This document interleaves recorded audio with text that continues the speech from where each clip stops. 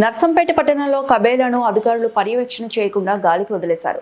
కబేలాకు వచ్చే గొర్రెలు మేకలను పరీక్షించాల్సిన వెటర్నరీ డాక్టర్ ఏళ్ల తరబడి కబేలాకు రావడం లేదు. దీంతో నిబంధనల ప్రకారం ముద్ర వేయకుండానే మాంసం విక్రయిస్తున్నారు. మున్సిపల్ ప్రజారోగ్య విభాగం అధికారులు మామూళ్లను దండుకొని నజర్ పెట్టడం లేదు. మాంసం విక్రయదారులు కబేలాల్లో కాకుండా ప్రైవేటు స్థలాల్లో మేకలు గొర్రెలను వధిస్తున్న విషయం తెలిసిన అధికారులు పట్టించుకోవడం లేదు. బయట ప్రాంతాల్లో జంతువులను వధించడం వల్ల వాటి వ్యర్థాలను నివాసిత ప్రదేశాల్లో వేయడం, డ్రైనేజీల్లో వేయడం వల్ల వాటి ప్రజారోగ్యంతో పాటు పర్యావరణానికి ముప్పు వాటిల్లుతుంది.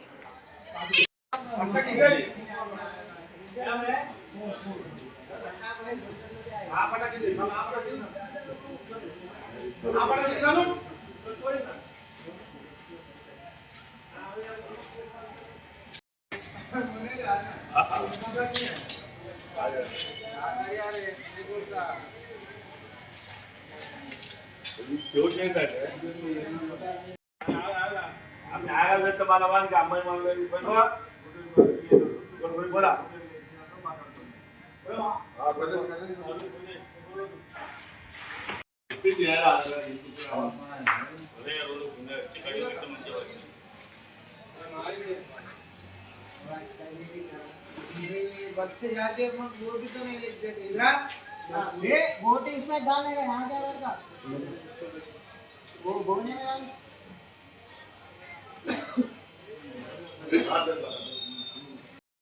दूजा वहाँ गाड़ी ऑटो छोड़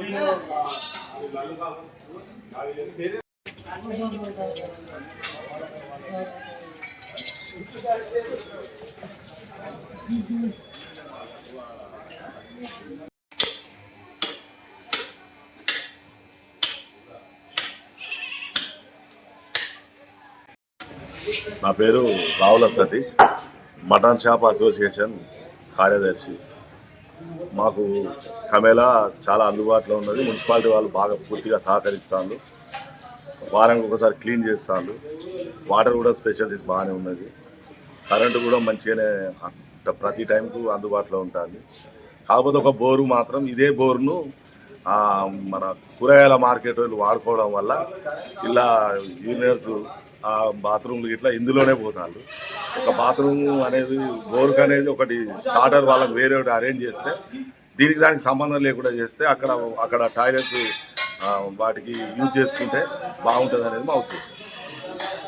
అధికారులు చూస్తారా వీళ్ళు?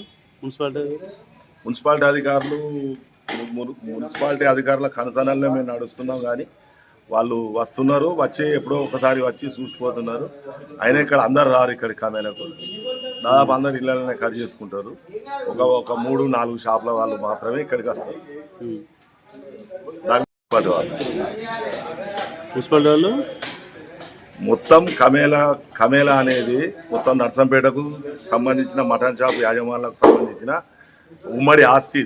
ఇది అందరూ వచ్చి ఇక్కడనే కట్ చేసుకోవాలి వాస్తవంగా, కానీ అందరు ఇక్కడికి రావట్లేదు. మాకు 3-4 కుటుంబాల వరకే ఇక్కడ వచ్చి కట్ చేసుకుంటాము.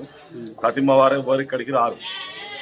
దాని మీద మాత్రం ఎవరి యాక్షన్ తీసుకోవట్లేదు. కోసే గొర్రెల మీద స్టాంప్ వేస్తాను వచ్చి అధికారులు, మున్సిపల్ అధికారులు. మరిన్ని అప్డేట్స్ కోసం మా ఛానల్ని సబ్స్క్రైబ్ చేయండి.